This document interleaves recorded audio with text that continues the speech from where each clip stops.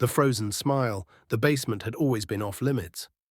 When Eliza and her family moved into the old Victorian house in the countryside, the real estate agent had hesitated before giving them the key to the basement. "It's just for storage," she said, a little too quickly. "Nothing interesting down there.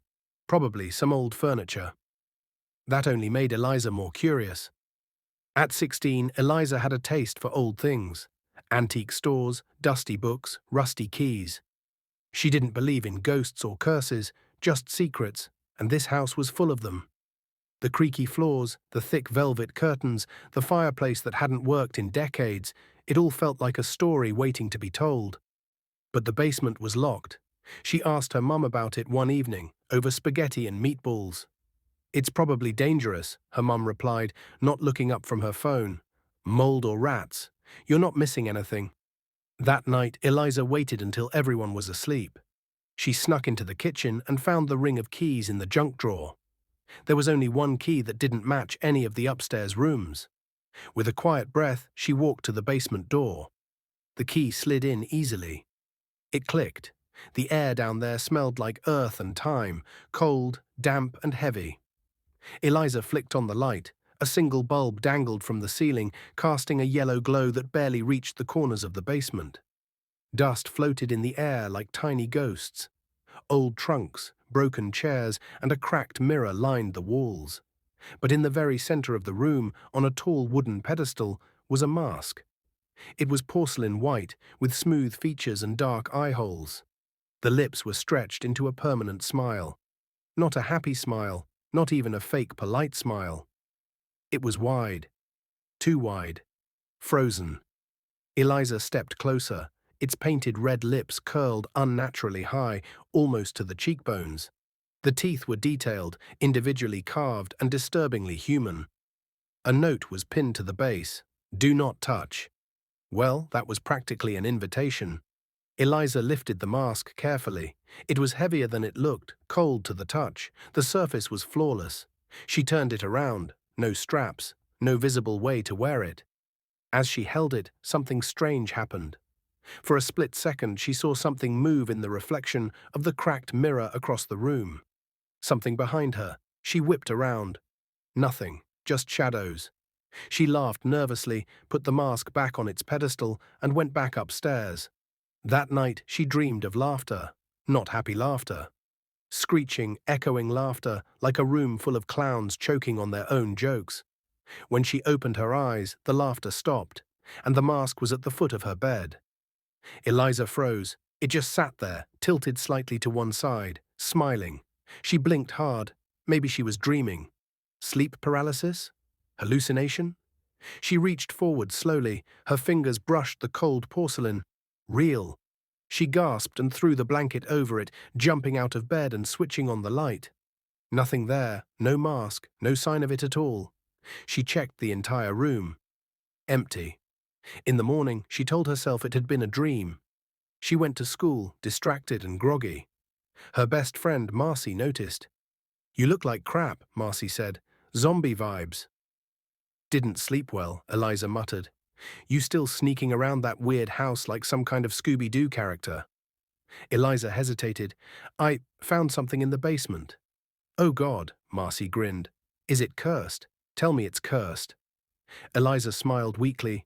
"It's just a mask." By the third night, the mask was appearing everywhere. Once, in the hallway mirror behind her. Another time, in the reflection of the toaster. And always, always smiling. She tried telling her parents. They brushed her off. "Sweetheart, you've been watching too many scary movies." Her mum even went down to the basement with her. The pedestal was there, but the mask was gone. Gone, not moved, vanished. "You probably took it and forgot," her mum said. "Or it got thrown out years ago and you're imagining things. Seriously, stop creeping yourself out." That night, Eliza locked her bedroom door and pushed her dresser in front of it. She kept the lights on. It didn't help. At exactly 3:12 a.m., she heard it. Laughter, soft at first, then rising in pitch, like a record speeding up. She hid under the covers, heart pounding. Something moved. The dresser scraped. The door opened slowly. Her lamp flickered once, twice, then went out. In the dark, she felt the air shift. like something standing at the edge of her bed, breathing, smiling. The next morning she found a note under her pillow. It was written in shaky red ink. Isn't it nice to smile? She didn't go to school that day. She barely left her bed. Over the next week, the smile began to infect her thoughts. She couldn't focus. She kept smiling at the wrong times, laughing when she shouldn't. In class, at dinner, even during a thunderstorm that made the power go out. Her mom asked if she was feeling okay. Eliza nodded, smiling. Then people started getting hurt. First was the family dog. It was found curled up in the laundry room, eyes wide open, mouth stretched in what looked like a grin. Then her little brother, Danny, fell down the stairs. He said he saw a man with no face smiling at him. The same day, Eliza found a message carved into her closet door. Smile, smile, smile. That night, she stood in front of her mirror and tried to take control. "This isn't real," she whispered. "This is in my head." But the girl in the mirror kept smiling after she stopped. Then it winked. She called Marcy. "I need help. I think I'm going crazy." Marcy came over with a baseball bat and a bag of salt, just in case it's demons. They went to the basement together. The pedestal was there, and the mask had returned.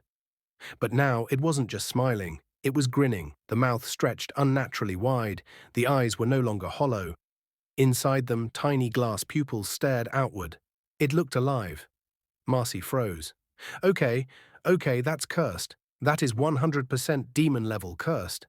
Eliza nodded. "What do we do?" Marcy glanced at the shelves. "We burn it?" They didn't get the chance. The basement door slammed shut behind them. The bulb overhead burst. Darkness, laughter, and then footsteps, slow, dragging footsteps circling them. Marcy screamed. Eliza tried to find the stairs, but something grabbed her ankle. She fell. The mask hit the floor beside her. It turned its head, just a little, and smiled. Eliza woke up in her bed. The morning sun was shining. Birds chirped outside. Her heart raced. She sat up. No mask, no Marcy. She ran to the hallway. Her mum was there, holding a tray. "Good morning, sweetheart.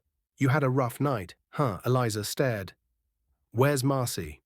"Who?" "Marcy, my friend. She was here." Her mum tilted her head. "You don't have any friends named Marcy, Eliza. Are you feeling okay?" Eliza backed away. Something was wrong, very wrong. She tried calling Marcy's number. Disconnected. She checked social media. Nothing. No trace of her. It was like Marcy had never existed. Only one thing remained. On Eliza's phone was a photo she didn't remember taking. A blurry image of the basement. In the center, the mask. And behind it, a girl with Marcy's eyes, smiling. Eliza doesn't sleep anymore. She sees the mask every night. Sometimes at the window, sometimes sitting in her chair. Always smiling. People forget things around her. Friends disappear. Her mom speaks in a soft, slow voice, like someone half asleep. The house feels emptier every day, but the laughter grows louder. Eliza knows now. The mask doesn't want to be worn, it wants to become the wearer. And the more she smiles, the more she feels her face stretch. Freeze, porcelain skin, painted lips. She doesn't remember what her real smile felt like anymore. But the mask does. And it's always watching. The end.